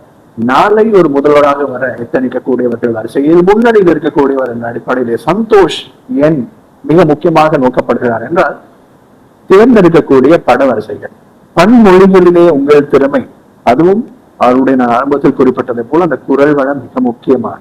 சில கலைஞர்கள் தமக்கு என்று பிற குரல் கலைஞர்களை வைத்திருப்பார்கள் ஒளி கொடுப்பதற்காக. ஆனால் சந்தோஷனுடைய பெரும்பாலான படங்கள் சந்தோஷே தான் தனக்கான குரலாகவும் இருக்கிறார். இதை பற்றி சந்தோஷமே கேட்கலாம். மற்ற மொழிகளோ இந்த மாதிரி விஷயங்கள் அது தானாமஞ்ச ஒரு விஷயம்தான். ஆனால் சிறிய ஆசை இருக்கும், மற்ற இண்டஸ்ட்ரியில் நம்ம போய் ஒர்க் பண்ணணும், அந்த எக்ஸ்போஷரும் நம்மளுக்கு இருக்கணும். அந்த அனுபவம் நம்மளுக்கு வந்து வேற விதமான ஒரு வளர்ச்சியை கொடுக்கும். நம்மளோட கலையிலையும் சரி தொழிலையும் சரி ரெண்டு விதமான வளர்ச்சியும் நம்மளுக்கு இருக்கும். அந்த விதத்தில் வந்து தெலுங்கு, இப்போ மலையாளம், கிட்டத்தட்ட அந்த மொழிகளிலும் நானே ஓனாக டப் பண்ணி வசனங்களும் வந்து நான் ப்ராம்ப்ட் எடுக்கிறது இல்லை, எப்பயுமே பண்ணுறதில்லை. என்னோட பெரிய ஒரு ரெக்கக்னிஷன் நான் தெலுங்கு படம் பண்ணும்போது அந்த படத்துக்காக டப்பிங்கில் தான் எனக்கு ஃபஸ்ட்டு கிடச்சிது. ஏன்னா அங்கே சொன்ன விஷயங்கள் என்னென்னா, இங்கே இருக்கிற ஆர்டிஸ்ட்டும் வந்து எவ்வளோ ஃபாஸ்ட்டாகவோ எவ்வளோ நல்ல விதமாக டப்பிங் முடிச்சு நாங்கள் பார்த்ததில்லை. ஸோ மொழி கொஞ்சம் எனக்கு புரியும், ஆனால் பேசி பழக்கம் இல்லை. தெலுங்கு நான் பண்ணும்போது அவங்க சொன்னாங்க, ரொம்ப அழகாக பண்ணுறீங்க, கண்டிப்பாக பெரிய ஃப்யூச்சர் இருக்குது, நல்லா பண்ணுங்க அப்படின்னாங்க. அதுக்கப்புறம் மலையாளமும் இப்போது நான் பண்ணிட்டு இருக்கும்போது இருக்கிறதுலே ரொம்ப டஃப்பான ஒரு மொழி கற்றுக்கணுன்னா. அதுவும் இப்போ நம்ம தமிழில் வந்து இப்போ மதுரையில் ஒரு ஸ்லாங் இருக்கலாம், சென்னையில் ஒரு ஸ்லாங் இருக்கலாம், பல விதமான ஸ்லாங் இருக்கு இல்லையா. ஸோ அது மாதிரி அங்கேயும் ஒரு ஸ்லாங் இருக்குது. பொதுவாக மொழி தெரிந்தவர்களுக்கு வந்து அது கஷ்டமான விஷயம் இருக்கலாம் ஸ்லாங். எனக்கு தெரியாது அப்படின்ற விஷயமே ஒரு ப்ளஸ்ஸாக தான் முடிஞ்சது. ஏன்னா எது சொன்னாலுமே எனக்கு ஒரே அர்த்தம் தான். அது கொச்சி ஸ்லாங்காக இருந்தாலும் பாலக்காடு ஸ்லாங்காக அது மலையாளம்ன்ற விஷயம் தான் நான் பார்ப்பேனே தவிர, இப்போ சென்னை தமிழ் நான் பேசிடலாம், மதுரை தமிழ்னா கொஞ்சம் ஹோம்ஒர்க் பண்ணணும், திருநெல்வேலினா ஒரு ஹோம்ஒர்க் பண்ணணும். ஸோ அங்கே ஹோம்ஒர்க் தேவையில்லை, தெரியாத மொழின்றதால கொஞ்சம் ஈஸியாச்சு. எல்லாம் கெட்டதுலேயும் ஒரு நல்லது இருக்குன்னு சொல்லுவாங்க, அது மாதிரி ஒரு விஷயம் தான். அண்ட் இப்போ நான் என்னோட அமைப்பு, என்னோட உடல் அமைப்பு, முக அமைப்பு, என்னோட ஆக்டிங்காக இருக்கட்டும், இது எல்லாமே ஒரு நியூட்ரலாகவே இருக்கிறதால எல்லா விதமான இண்டஸ்ட்ரியிலையும் வந்து என்ன அக்செப்ட் பண்ணிக்கிறாங்க. நான் தனியாக இப்போ நார்த் இந்தியா போய் நடிச்சாலும் என்ன அக்செப்ட் பண்ணிப்பாங்க. இப்போ நான் சவுத்ல எவ்வளோ லாங்குவேஜஸ் பண்ணாலும் என்ன அக்செப்ட் பண்ணிப்பாங்க. நான் இப்போ கழுத்தி முருக்கன்லாம் வந்து ஒரு தாழ்த்தப்பட்ட மக்கள் அந்த ஒரு குழுவை சார்ந்த ஒரு ஆளாக இருப்பேன். இது வரைக்கும் எந்த எதிர்ப்பும் எனக்கு வந்ததில்லை. எப்படி யூரோப் போய் போட்டீங்க அப்படின்ற விஷயம்லாம். ஸோ எங்கேயோ எல்லா விதமான கேரக்டருக்கு நம்ம அடாப்ட் ஆகுறது வந்து அது நான் உருவாக்கல, அது இன்னுமே எனக்கு புரியாத ஒரு புதிராக தான் இருக்கு. நம்ம நடிக்கிறதால அந்த கேரக்டரா நம்ம கன்வின்ஸ் பண்றதால இருக்குமா, இல்லை நம்ம தோற்றத்தால இது நடக்குதா அப்படின்ற விஷயமே இன்னுமே எனக்கு தெரியாது. ஸோ அந்த தெரியாத ஒரு ஃப்ரீடம் வந்து பல விதமான கேரக்டர் மட்டும் இல்லை, பல லாங்குவேஜஸ்லயும் எனக்கு வந்து யூஸ் ஆகிட்டு இருக்கு. ஸோ இன்னும் தொடர்ந்து நிறைய இப்போ கன்னடத்துலயும் எனக்கு வந்தது. அந்த படம் ஆரம்பிச்சாங்களா இல்லை முடிஞ்சதான்னு எனக்கு தெரியாது. பட் என்கொயரிஸ் நிறைய வந்திருக்கு. தொடர்ந்து இன்னும் பல தெலுங்கு படங்கள்லையும், மலையாளம் இப்போ ஆல்மோஸ்ட் 2 நாள் முறை தான் நான் லாஸ்ட் என்னோட ஸ்கெடியூல் முடிஞ்சது. ரொம்ப பெரிய ப்ராஜெக்ட், ஆசிஃப் அலி படத்தோட பேர் வந்து டிக்கிடாக்கா. ஸோ அந்த படம் வந்து பெரிய லெவலில் எதிர்பார்ப்பு எனக்கு இல்லை, மலையாளம் இண்டஸ்ட்ரியிலே வந்து அந்த படத்தை வந்து பெருசாக எதிர்பார்த்துட்டு இருக்காங்க. நான் கடைசி நாள் அவங்க கிட்ட தான் சொன்னேன், எனக்கு இது மட்டும் முதல் பட வாய்ப்பாக இருந்தால் இயக்குனர் ப்ரொடியூசர் இவங்க காலில் விழுந்திருப்பேன். அவ்வளோ பெரிய ஒரு கேரக்டர் எனக்கு கொடுத்துருந்தாங்க. நான் ஆரம்பத்திலே சொன்னேன், இது வரைக்கும் இந்த தமிழ் ஆடியன்ஸும் வந்து ரொம்ப ரசிச்சு பார்க்கக்கூடிய ஒரு படம் அப்படின்னா ஒரு இண்டஸ்ட்ரின்னா மலையாள படங்கள் அப்படின்னு சொல்லுவேன். ஆனா அங்க இல்லாத நடிகர்களே கிடையாது. ஏன் என்ன வேணும்னு சொன்னீங்க அப்படின்ற ஒரு விஷயம் தான் நான் அவங்க கிட்ட கேட்டேன். ஏன்னா மொழியும் தெரியாது. நான் சொன்னேன், இல்ல எனக்கு அந்த கேரக்டருக்கு நீங்க தான் இருந்தீங்க, நான் எழுதும் போதே எனக்கு விஷன் பண்ணேன். நான் சொன்னேன், மொழியும் எனக்கு பிரச்சனை இல்லை, பார்த்துக்கலாம், ஒன்றும் பிரச்சனை இல்லை அப்படின்னு. அந்த நம்பிக்கை கொடுக்கும்போது தான் என்னாலே அது கொடுக்க முடிஞ்சது. மேபி அவங்க சப்போஸ் யாரோ ஒரு ஆர்டிஸ்ட் நம்மளுக்கு தமிழ்நாட்டுல இருந்து வேணும், இங்க பிசினஸ்க்காக வேணும் அப்படின்னு பண்ணியிருந்தா மேபி அது டோட்டலாக கிராஃப் வேற மாதிரி இருந்திருக்கும். இதெல்லாம் ஒரு அழகான அனுபவம். எனக்கு தெரிஞ்சு ஒரு நடிகனா மட்டும்தான், ஒரு கலைத்துறையில இருந்தா மட்டும்தான் ஒரு வாழ்க்கையில பல விதமான வாழ்க்கை வாழ முடியும் அப்படின்ற விஷயம் நான் கத்துக்கிட்டேன். இப்போ நீங்க ஒரு ரிப்போர்ட்டரா இருக்கீங்க, ஒரு சோஷியல் ஆக்டிவிஸ்டா இருக்கீங்க அப்படின்னும் போது அது மட்டும் தான் வாழ்க்கையா போயிட்டே இருக்கும். இப்போ நான் ஒரு கேரக்டர், இப்போ எக்ஸாம்பிளுக்கு வந்து நான் இப்போ ரீமேட்ச்னு ஒரு படம் பண்ணிட்டு இருக்கேன். அது ஒரு புது விதமான கேரக்டர், ஒரு சவாலான ஒரு கேரக்டர். ஸோ அந்த கேரக்டர் பண்ணும்போது எங்கேயோ சில நேரத்தில் நம்ம உண்மையாவே அதை ரிலேட் பண்ணிப்போம். ஸோ அது பண்ணா மட்டும்தான் அங்கே அந்த நடிப்பு வந்து இயல்பா இருக்கும், உண்மையா இருக்குமே தவிர அது இல்லைன்னா பண்ண முடியாது. கிட்டத்தட்ட ஒரு கேரக்டர் பண்ணும்போது அந்த கேரக்டர் நாங்கள் வாழ ஆரம்பிச்சிடறோம். ஸோ அதுலேருந்து சில பேர் சொல்லுவாங்க நான் இதுக்காகவே மெனக்கட்டேன் அப்படின்ற விஷயம். அது நடிகனாக இருக்கும்போது தானா உருவா ஒரு விஷயம். செட் போனீங்கன்னா, செட்டுக்கு வெளில வந்தீங்கன்னா டைம் கொஞ்ச நேரத்தில் நம்ம நார்மல் ஆகிடுவோம். பட் ஐ திங்க் ஒரு ப்ராஜெக்ட் வாழும்போதும் அந்த ப்ராஜெக்ட் பண்ணும்போது அந்த கேரக்டரை நாங்கள் மாறிடுறோம். அந்த விஷயங்கள் வந்து தானாக வந்துடுது. இப்போ 3ஆம் கண் இன்டர்வியூஸ் பார்த்தீங்கன்னா டோட்டலாகவே வேற ஒரு மூடில் இருக்கும். இப்போ இதே வந்து வேற படங்களோட இன்டர்வியூஸ் பார்த்தீங்கன்னா, இப்போ கேம் சீரீஸ்லாம் பார்த்தீங்கன்னா அது டோட்டலாக வேற மோட்ல இருக்கும். ஒவ்வொரு படங்களும் ஒவ்வொரு டீமும் அவங்களோட ஒர்க் பண்ணும்போது நம்ம புதுவிதமான ஒரு மனிதராகவே வாழ்றோம். ஸோ இந்த வாழ்க்கையே வந்து ஒரு பொய் தான் வச்சுங்களேன். நம்ம கிரியேட் பண்ற ஒரு பொய்யான உண்மை அப்படின்ற விஷயம் தான் நான் பார்க்குறேன். இன்னைக்கு எங்கேயோ யாரோ போட்ட விதை தான் இன்னைக்கு நான் ஒரு ஆக்டரா மாறி இருக்கேன். நான் பிறக்கும்போது நினைச்சிருக்க மாட்டேன் இல்லையா. எங்கேயோ ஒரு விஷயம் மேபி ஜெனட்டிக்கா வந்ததா தெரியாது, இல்லைன்னா நம்ம யாரோ வீட்டில் இருக்கிறவங்க ஆசைப்பட்டதா தெரியாது, இல்லை நம்ம ஸ்கூல்ல நம்ம சுற்றி இருக்கிற நண்பர்களோ அட்மாஸ்பியரோ அது நம்மளை உருவாக்கிச்சுன்னு தெரியாது. எங்கேயோ யாரோ கொடுத்த விஷயம் தான் இந்த பொய். அந்த பொய்யை நம்ம உண்மையாக வாழ்ந்துட்டு இருக்கோம். ஸோ அதுக்குள்ள ஒரு இன்னொரு பொய்யை உருவாக்கி அந்த பொய்யை நம்ம வாழ்க்கையை வாழும்போது அது ரொம்ப அழகான ஒரு விஷயம். அது எவ்வளவு பேருக்கு இந்த பாக்கியம் கிடைக்கும் தெரியாது. ஒரு நடிகரா இருக்கிறது வந்து ஒரு சவால் கிடையாது, ஒரு பெரிய வரப்பிரசாதம் நான் பார்க்குறேன். ஸோ அந்த விதத்துல வந்து எவ்வளோ லாங்குவேஜஸ், எவ்வளோ ஊர், எவ்வளோ மக்கள், எவ்வளோ மொழி, அதை இன்னும் தாண்டி நம்ம போகணும், நம்ம யோசிக்காத விஷயங்களை போய் அடையணும் அப்படின்ற விஷயம் வந்து சின்ன ஒரு ஆசை இருக்கு. அது ஒரு தேடல்னு சொல்லலாம். ஸோ அந்த தேடல் இப்போ ஓரளவுக்கு இங்க சவுத்துல கவர் பண்ணியாச்சு. பேன் சவுத் இந்தியா ஆர்டிஸ்ட் அப்படின்ற விஷயம். இப்போ இதுக்கப்புறம் பேன் இந்தியாவோ பேன் இன்டர்நேஷனலோ அது தெரியாது. அது ஒரு அனுபவம். அது கிட்டத்தட்ட இந்த கல்ச்சரை தாண்டி இன்னும் கல்ச்சரை நம்ம அடாப்ட் பண்ணும்போது அங்கே நிறைய விஷயங்கள் நம்மளுக்கு கற்றுக் கொடுக்குது. அவங்களோட ஒர்க்கிங் ஸ்டைலாக இருக்கட்டும், இல்லைன்னா அவங்க கல்ச்சராக இருக்கட்டும், அது மொத்தமாக ஒரு புது விதமான அனுபவம். நிழலின் அருமை வெயிலுக்கு தெரியும் என்று சொல்லுவாங்க. அதே போல பசியின் அருமை வயிற்றுக்கு தெரியுமான்னு சொல்லுவாங்க. பசி என்பது மிக முக்கியத்துவம் வாய்ந்தது. ஏன் என்றால் ஒரு விரதம் அல்லது நோன்பு பிடிப்பவர்களுக்கு அது நன்கு தெரியும். நான் ஏன் இதனை கூறினேன் தெரியுமா? சந்தோஷம் மிக அழகான ஒரு பழக்கம் ஒன்று இருக்கிறது. பசியோடு இருப்பவர்களுக்கு சென்று அவர்களுக்கு உதவுவர். அதே போலத்தான் ஆடைகள் வீதியோரங்களில் இருப்பவர்களுக்கு கற்றுக் கொடு. இது போன்ற நல்ல பல காரியங்களை அவர் செய்கிறார். அவருக்கே தெரியாத இந்த கேள்வியை கேட்பேன் என்று. ஆனால் உண்மையிலேயே உங்களுக்குள்ளும் ஒரு கேள்வி இருக்கும். எல்லா நடிகர்களும் இது போன்று செய்கிறார்கள் தானே, ஏன் இதுல ஒரு வித்தியாசம் இருக்கிறது என்று. அதாவது தனக்கென்று எந்த ஒரு பிரதிபிம்பமும் இதில் வர வேண்டும் என்ற எந்த நோக்கமும் இன்றி, தன்னை அவர்கள் பார்க்கிறார்களா இல்லையா என்று தெரியாத ஒரு தருணத்தில் கூட மாண்பாளராக ஒருவருக்கு அன்பை பரிசாக கொடுப்பது என்பது மிக முக்கியத்துவம். நீங்கள் நிறைய செய்திருக்கிறீர்கள். நானும் அடிக்கடி பார்க்கக்கூடியவர்களுடைய உங்களுடைய சமூக ஊடகத்தில் சொன்னால் கூட அது தெளிவாக தெரிகிறது. பசியோடு இருப்பவர்களை பசியற்றோராக்குதல். ஏன் இந்த ஒரு எண்ணம் உங்களுக்குள்ளே வந்தது? நானும் இருந்திருக்கேன். அதனால சில பேர் நம்ம சொல்லுவோம் நம்ம உதவுறதால, நான் எனக்கு அந்த எண்ணம் வந்துருக்கு. எங்கேயோ நம்ம யாரோ கஷ்டப்படுறாங்கன்னு நினைச்சு நம்ம உதவும் போது நம்ம எங்கேயோ அவங்கள வந்து நம்மளை சார்ந்து இருக்கிற மாதிரி நம்ம தான் மாத்துறோமா அப்படின்ற கேள்வி எனக்கு வரும். இல்லைன்னா அவங்க இயலாமை உண்மையாவே இயலாமையா, இல்லை மற்றவங்களுக்கு உதவுறதால அந்த எதிர்பார்ப்போட அவங்க இயலாமையோட வாழ்றாங்கன்னு எனக்கு உண்மையாக இப்போ வரைக்கும் அது புரியாது. பட் ஏதோ ஒரு காரணத்தோட அவங்க முடியாம தானே இருக்காங்க. நம்மளால முடியுது, அதுக்காக செய்யறோம். அது நல்லதோ கெட்டதோ அது நம்ம மனசார நல்லதுன்னு நினைச்சு தானே பண்றோம். எந்த தீங்கும் இல்லை, இதே விளம்பரத்துக்காக நம்ம பண்ணல, அது வரைக்கும் நல்லது அப்படின்ற திருப்தி தான். இன்னொரு விஷயம் என்னன்னா, நான் கஷ்டப்படும்போது உண்மையா அந்த உதவி நான் ஆடுறேன்.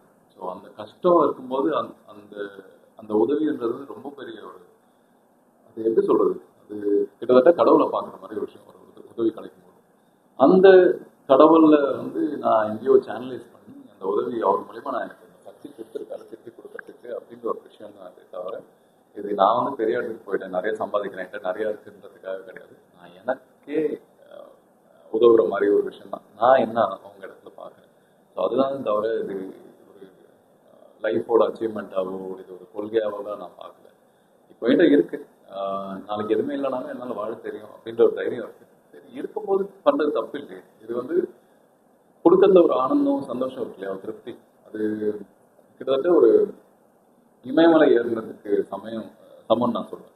ஸோ இது ஒரு சின்ன ஒரு அல்ப சந்தோஷமா இருந்தாலுமே அதை தாண்டி அது மனிதம் அப்படின்ற விஷயம் வந்து நான் எப்பவுமே எதிர்பார்ப்பேன். இப்போ நான் இமயமலை ஏறிட்டு இருக்கேன், ஒரு நாள் அங்கே போவேன், உச்சிக்கு போயிட்டு நான் திரும்பி வருவேன். அந்த அனுபவத்தையும் சரி இது எல்லாத்தையும் வந்து நான் அந்த அறிவு அனுபவம் எல்லாத்தையும் நான் பகிர விரும்புகிறேன், அங்கேயே இருக்க விரும்புகிறேன். அங்கே வாழ்க்கை கிடையாது. அங்கேருந்து நம்ம வரும்போது தான் அது திருப்பி இன்னொருத்தருக்கு பல பேர் கதை சொல்லும் போது தான் அதோட அழகே இருக்கு. ஒரு விஷயம், இப்போ நான் இந்த வாழ்க்கை நான் வாழ்ந்துட்டு இருக்கேன். இப்போ உதாரணத்துக்கு சொன்னா இவ்வளவு பெரிய இடம் தேவையில்லை எனக்கு, ஆனா நான் இதை என் வாழ்க்கையில் நான் பார்த்தது இல்லை. இது பார்த்தா மட்டும் தான் தெரியும் இது என்ன வாழ்க்கை அப்படின்ற விஷயம். தெரியாத விஷயத்த வந்து நான் வேணான்னு சொல்ல முடியாது இல்லையா. ஸோ நான் வேணான்னு சொல்லத்தே தான் நான் உயரத்துக்கு போயிட்டு இருக்கேன். ஸோ அந்த உயரம் போகும்போது நான் மறுபடியும் நான் நார்மலான ஒரு லைஃப் வருவேன்.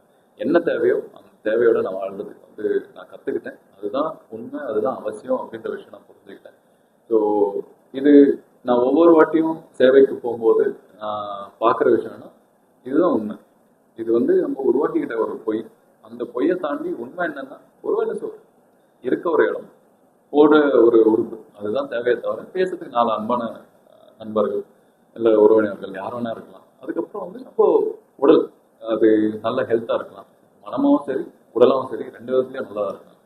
இதுதான் உண்மையான சந்தோஷமே தவிர சின்ன வயசுலேருந்து சொல்லி சொல்லி சொல்லி வளர்ப்பாங்க, நல்லா படிக்கணும், இவங்களோட நல்லா இருக்கணும், நல்லா சம்பாதிக்கணும், வெளிநாட்டுக்கு போகணும், பல வீடுகள் சொத்துகள் இது மாதிரி பல விஷயங்கள் பண்ணணும் அப்படின்னு சொல்லும்போது எல்லாமே பண்ணணும். இப்போ நான் நினைச்சதை விட பெருசாக வாழ்ந்துட்டு இருக்கேன், ஆனால் அந்த சந்தோஷத்தை இன்னும் தேடிட்டு தான் இருக்கேன். ஆனால் அப்போதான் புரிஞ்சது எனக்கு சந்தோஷம் எங்கே இருக்குன்னா மனசுல இருக்கு. அது நம்ம திருப்தி என்னைக்கு அடையணுமோ அந்த நொடிதான் சந்தோஷமே தவிர எவ்வளோ பொருளோ இல்லை அந்தஸ்தோ இது வந்து நம்ம கொடுக்க போறதே இல்லை. அது அது முடியவும் முடியாது. அது நோக்கி போயிட்டே இருப்போம். அந்த இடத்துக்கு போகணும்னு நினைச்சோம்னா அது இங்கே இப்போ இருக்கு. அது நிறைய ஆக்சுவலாக அது பாரமே தவிர அந்த பாரத்தை தூக்கி போட்டு அமைதியா ஒண்ணுமே இல்லாம இருக்கும்போது தான் அந்த சந்தோஷம் அப்படின்ற விஷயம் நம்ம புரிஞ்சுக்கிட்டோம்னா எனக்கு தெரிஞ்சு இந்த வாழ்க்கைலாம் தேவையில்லை. எனக்கு தெரிஞ்சு கலைத்துறையே தேவையில்லைன்னு நான் சொல்லுவேன். ஏன்னா எங்கேயும் ஒரு சின்ன இதுல அவங்களுக்கு ஒரு சந்தோஷம் கொடுக்கணும். அது நான் இப்போ அந்த தொழிலாளர்கள் அவங்களுக்கு வந்து மாற்றுத்திறனாளிகள் அதுக்கப்புறம் முதியோர்கள் இவங்களுக்குலாம் அந்த படத்தை கொண்டு போய் காமிக்கும் போது சின்ன விதமான ஒரு சந்தோஷம், அவங்களுக்கு ஒரு பூரிப்பு அதை பார்க்கும்போது. அது ஒரு சின்ன நம்பிக்கை எனக்கு கொடுது. ஓகே, நான் பண்றது நல்ல விஷயம் தான், என்னோட செல்ஃபிஷ் மட்டும் இல்லை, இங்கே எவ்வளவு பேரை வந்து நம்ம திருப்திப்படுத்துறோம், அவங்கள ஆனந்தப்படுத்துறோம் அப்படின்ற விஷயம் வந்து அது நல்லா இருக்கு. ஒரு நடிகராகவே என்னை பார்க்கும்போது வேற, ஒரு மனிதனா என்ன பார்க்கும்போது அவங்க கொடுக்குற ஒரு மரியாதை இருக்கு இல்லையா, அது ரொம்ப சந்தோஷமா இருக்கு. அவங்க சொல்லுவாங்க பல நடிகர்கள் வந்தாலும் இப்போ சர்வீஸ் நடத்துறாங்க என்ஜிஓஸ், அவங்க சொல்லும் போது நான் நிறைய செலிபிரிட்டிஸை பார்த்துருக்கோம், ஆனால் நீங்க எப்படி வந்து சர்வீஸ் பண்றீங்க எங்களோட இருக்கீங்க அப்படின்ற விஷயம் அவங்க சொல்லும் போது தான் எனக்கு தெரியுது. எனக்கு உண்மையாக பிடிச்சி சேரேன், நான் விளம்பரத்துக்காக நான் பண்ணல. எனக்கு நான் போஸ்ட் போகிறதும் வந்து இப்போ பல வித என்ஜிஓஸ் இருக்காங்க, அவங்களுக்கு வந்து நிறைய ஃபண்ட்ஸ் தேவை, அவங்க சம்பாதிக்கணும், அவங்களுக்கும் குடும்பம் இருக்கு, அதை தாண்டி எல்லாத்தையும் அவங்க கொடுத்துட முடியாது. ஸோ எங்கேயோ அவங்களுக்காக அந்த ஹெல்ப் பண்ணுறதுக்காக எனக்கு குறிப்பிட்ட ஃபாலோவர்ஸ் இருக்கிறதால அது எங்கேயாவது போய் சேரும். அட்லீஸ்ட் நான் 10 பேர்ல ஒருத்தராக யாராவது உதவுவாங்க அப்படின்ற நம்பிக்கையில தான் நான் ஷேர் பண்ணிட்டு தவிர எனக்கு பெருசாக அது சோஷியல் மீடியாவில் இந்த மாதிரி ஊடகங்களில் ஏதாவது சொல்லணும் பண்ணணும்னு எனக்கு ஆசைலாம் கிடையாது. ஒரு நல்ல விஷயம் என்ன மாதிரி நிறைய பேர் பண்ணணும்னு எதிர்பார்ப்பாங்க, அவங்களுக்கு எங்கே ஆரம்பிக்கணும் யார்கிட்ட கொடுக்கணும் அப்படின்றது தெரியாமல் இருக்கலாம். ஸோ அவங்களுக்காக பகிர்ற விஷயமே தவிர ஒரு வேற எண்ணங்கள் எனக்கு எதுவுமே கிடையாது. எனக்கு முழுசா திருப்தி அப்படின்னா எங்க அம்மாவோட ஆசையும் வந்து நான் நிறைய பேருக்கு உதவணும். நான் பெருசானா கூட நான் பெருசாகிறதுக்கு காரணம் என்னன்னா நம்ம கிட்ட இருக்கிறத விட அதிகமா இருக்கிற விஷயங்களை வந்து பகிரணும் அப்படின்ற விஷயம் அது எங்க அம்மா கற்றுக் கொடுத்தாங்க. அது உணர்ந்து நான் இன்னைக்கு பண்ணிட்டு இருக்கேன். ஸோ எங்க இருந்தாலும் அவங்க பார்த்துட்டு இருப்பான்னு நான் நினைக்கிறேன். ஸோ இது இந்த உதவி அப்படின்ற விஷயமோ இல்லைன்னா வந்து பகிர்றது அப்படின்ற விஷயம் வந்து நான் எனக்கே பின்னாடி போய் என்னோட பாஸ்ல இந்த கஷ்டப்பட்டுல வச்சுக்கோ அப்படின்னு நான் பண்ற ஒரு விஷயம் தான். உங்களுக்கு மறக்க முடியாத ஒரு படப்பிடிப்பு தல அனுபவம், அதாவது பலருக்கு பல விடயங்கள் இருக்கும். நீங்கள் நிறைய பகுதிகளுக்கு பயணம் செய்திருக்கிறீர்கள். ஏன்னா நீங்கள் ஒரு பயணம் செய்யக்கூடிய ஒருவர். நிறைய பகுதிகளுக்கு ஆங்கிலத்தில் டிராவலர் என்று சொல்லுவோம். பல பகுதிகளுக்கு பயணம் செய்யக்கூடிய ஒருவர். அதனையும் அல்லது படப்பிடிப்பு தளத்திலே நீங்கள் கண்ட அந்த அனுபவத்திலே உங்களுக்கு மறக்க முடியாத ஒரு அனுபவம் இருக்கும் இல்லையா?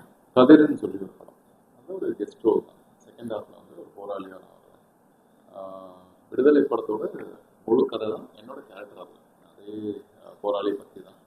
மக்களோட இதுக்காக அந்த அவங்களுக்கு வந்து சமத்துவம் கிடைக்கணும், அவங்களுக்கு அவங்க பாடுபடுறதுக்கு உண்டான ஊதியம் கிடைக்கணும் அப்படின்ற ஒரு போராளியாக வருவேன். இது ஒரு ஃப்ளாஷ்பேக்கில் ஒரு பாட்டியோட கதை, கிட்டத்தட்ட இந்தியன் தாத்தா அந்த கதை சொல்லுவாங்களே அவங்க ஃபேமிலி அப்படின்ற விஷயம். ஸோ அந்த மாதிரி பாஸ்டில் நடக்கிற ஒரு அவங்களோட லவ் ஸ்டோரி, அவங்களோட லைஃப் பற்றி ஒரு பிரதிபலிப்பு. ஸோ அந்த கதை பண்ணும்போது நான் ஒரு ட்ரைபல் ஏரியா, சத்தியமங்கலம் காடுகள் சொல்லுவாங்க, வீரப்பன் காடுகள். ஸோ அங்கே வந்து ஆக்சுவலாக பர்மிஷன் வாங்கி நாங்கள் ஷூட் பண்ணோம். ஸோ அங்கே பல அனுபவம், நிறைய விஷயங்கள் நான் வந்து கற்றுட்டு வந்தேன். வாழ்க்கைன்னா என்ன அப்படின்ற விஷயம். நான் சினிமாக்காக போனேன். சினிமாவில் நிறைய லொக்கேஷன்ஸ் போவோம், அழகான லொக்கேஷன்ஸ் போவோம், பார்ப்போம், ஃபோட்டோ எடுப்போம். அந்த அனுபவத்தோடு திரும்பி வரும். ஆனால் பாடம் கற்றுட்டு வர இடங்கள் சில இடங்கள் தான் நான் சொல்கிறேன். அந்த மாதிரி இடம் சொல்கிறதுன்னா அந்த சத்தியமங்கலம் காலையில் மல்லியமந்தபுரம்னு சொல்லி கோபிச்செட்டிப்பாளையம் வந்து கடம்பூர்லேருந்து கடம்பூர் ஒரு மலை, அந்த மலைக்கு மேலே ஒரு மலை.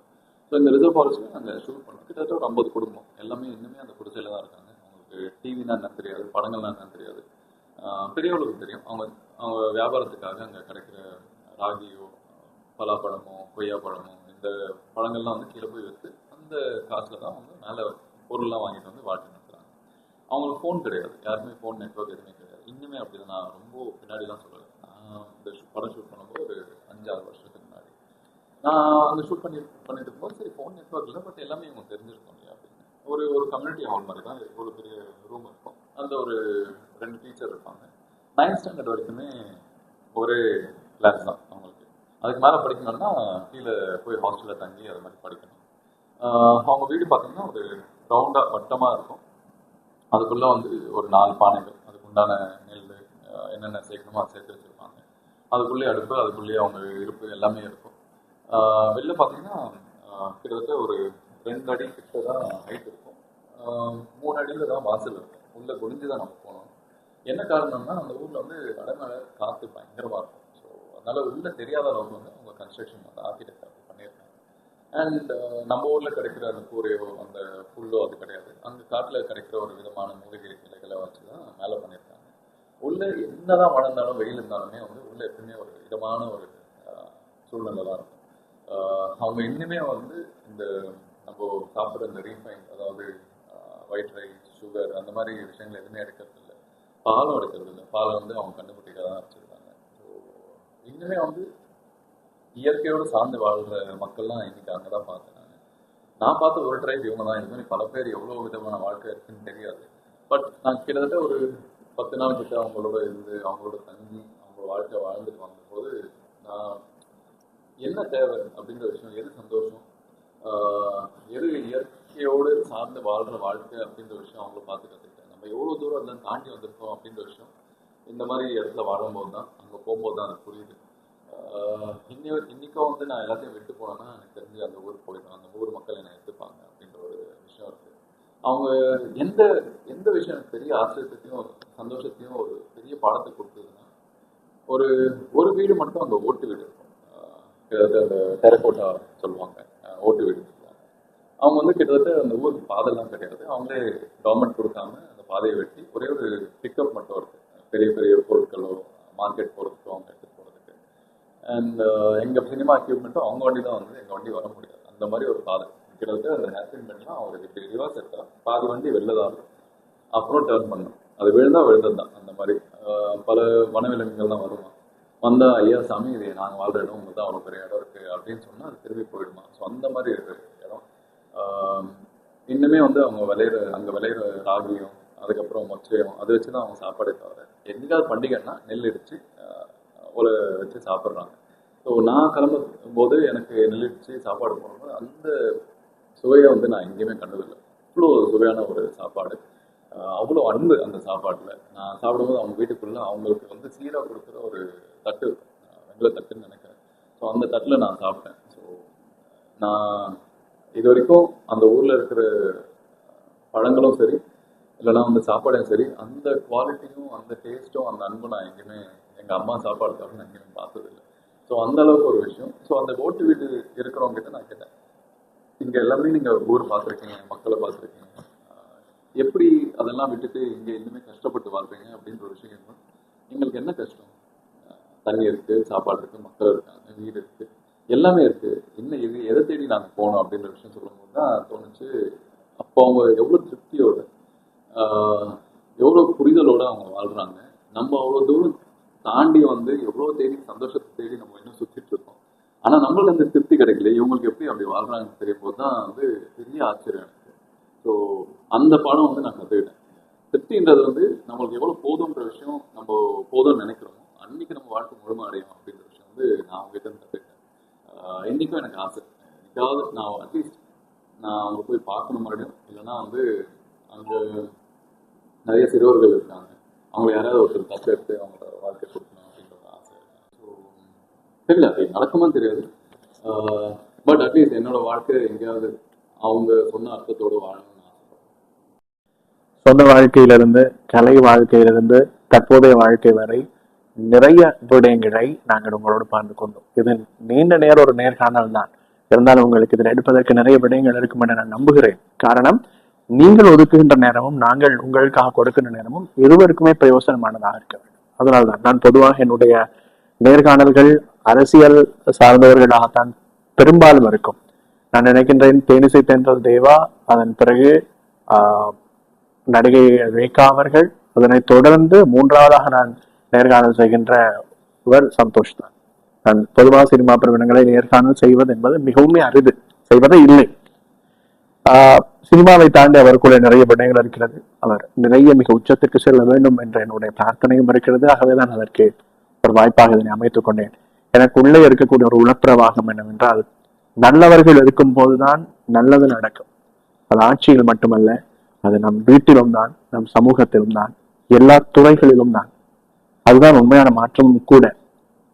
குரங்கின் கை பூமாலை போன்று பொருத்தமற்றவர்கள் கையில் பொருத்தமற்றவைகள் செல்கின்ற போது அங்குதான் விபரீதங்கள் பல ஏற்படும்.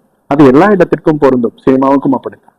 ஆகவே உச்சி முகர்ந்து கொண்டாடப்பட வேண்டியவர்கள் உண்மையான திறமையாளர்கள் தானே தவிர, அவ்வப்போது சோபித்து விட்டு செல்லும் மின் விளக்குகளை போன்று ஒளிர்ந்தும் ஒளிராமல் இருக்கும், அல்லது ஒளிராமல் ஒளிர்வது போன்று காட்டிக் கொள்கின்ற, அதாவது செயற்கையாக உந்தப்பட்ட அவர்களை தாண்டி இயற்கையான முறையிலே வாழ்க்கையை நடாத்துகின்றவர்கள் தான் உண்மையிலேயே காலம் கடந்தும் போற்றப்படுபவர்கள்.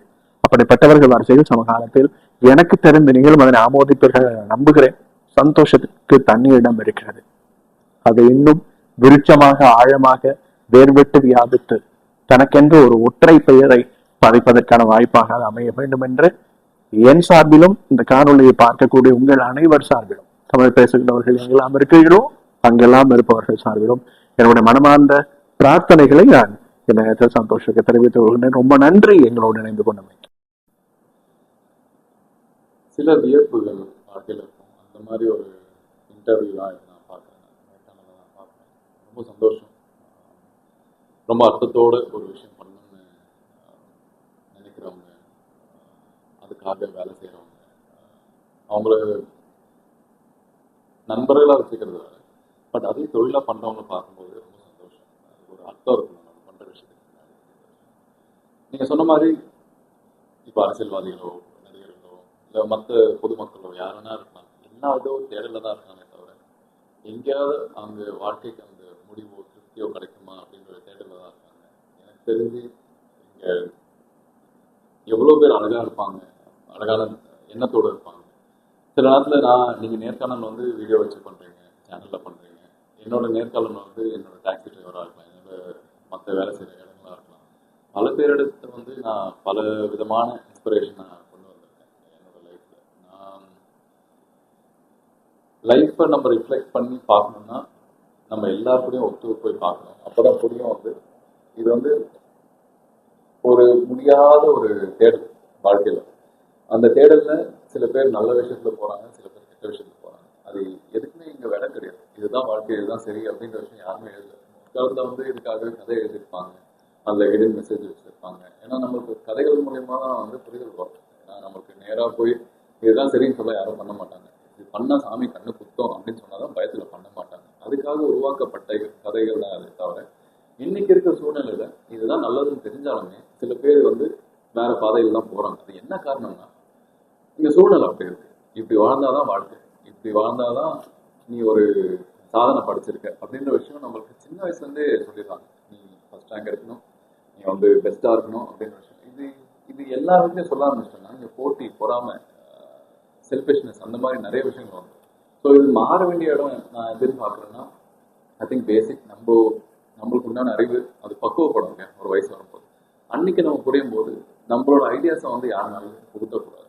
இப்போ ஒரு குழந்தை வளருதுன்னா அதை பார்த்து பயணிச்சு அதுக்கு என்ன தேவையோ அதுக்கு உண்டான கைடன்ஸ் கொடுக்கணுமே தவிர இல்லைன்னா கைப்பிடிச்சி வழிகாட்டணுமே தவிர இதுதான் நீ பண்ணணும் அப்படின்னு சொல்லி நம்ம புகித்தரக்கூடாது. ஸோ அதனால இன்னைக்கு நீங்க இப்போ ஒரு விஷயம் சொன்னீங்க இல்லையா, இந்த குரங்கு கையில பூமாலை அது யார் கையில இருக்கணுமோ இல்லாம போகுமோ அப்படின்ற விஷயம் சொன்னீங்களா, அது யாருமே தப்பு பண்ணணும்னு நினைச்சு வாழ்றதில்லை. இப்போ மேடையில பேசுற அரசியல்வாதியோ சரி இல்லை நடிகர்களோ சரி இல்லை யாராவனா இருக்கட்டும் எல்லாருமே பேசும்போது நான் நல்லவன்னு சொல்றது தான் போர்ட்ரே பண்றாங்க. பட் எங்கேயோ சூழ்நிலை அவங்களை அப்படி பண்ண விட மாட்டேங்குது. ஆனா எல்லாருமே ஆசை என்ன, நான் நல்லவளா இருக்கணும் அப்படின்ற விஷயம். ஸோ என்னைக்காவது அந்த விஷயங்கள் மாறும். இன்னைக்கு மாறிட்டு இருக்கு, அரசியல் மாறிடுச்சு, மக்கள் மாறிட்டாங்க, ஆசைகள் மாறிடுச்சு, எல்லார்ட்டையும் ஓரளவுக்கு வசதி வந்துடுச்சு. இதுக்கப்புறம் அந்த வசதி வந்த பிறகுதான் எல்லாருக்கும் புரிதல் வரும் இது வாழ்க்கை கிடையாது அப்படிங்கிறது. ஸோ இதுக்கப்புறம் எல்லாமே மாற ஆரம்பிக்கும் நான் நம்புறேன். ஸோ அந்த மாறுதலோட எல்லா மனிதனோட இருக்கும் அப்படின்ற ஒரு நம்பிக்கை தான். ஸோ நன்றி. நல்ல விதமா ஒரு உங்களோட இந்த டூர் இந்த பல இன்டர்வியூஸ் நல்லபடியாக முடிஞ்சதுன்னு நினைக்கிறேன். என்னால் முடிஞ்ச அளவுக்கு என்ன உதவ முடியுமோ கண்டிப்பாக நான் ஃபியூச்சர்லையும் பண்ணுவேன். So all the best. ரொம்ப நன்றி. தொடர்ந்து மனிதர்கள் அன்பான நேயர்களே.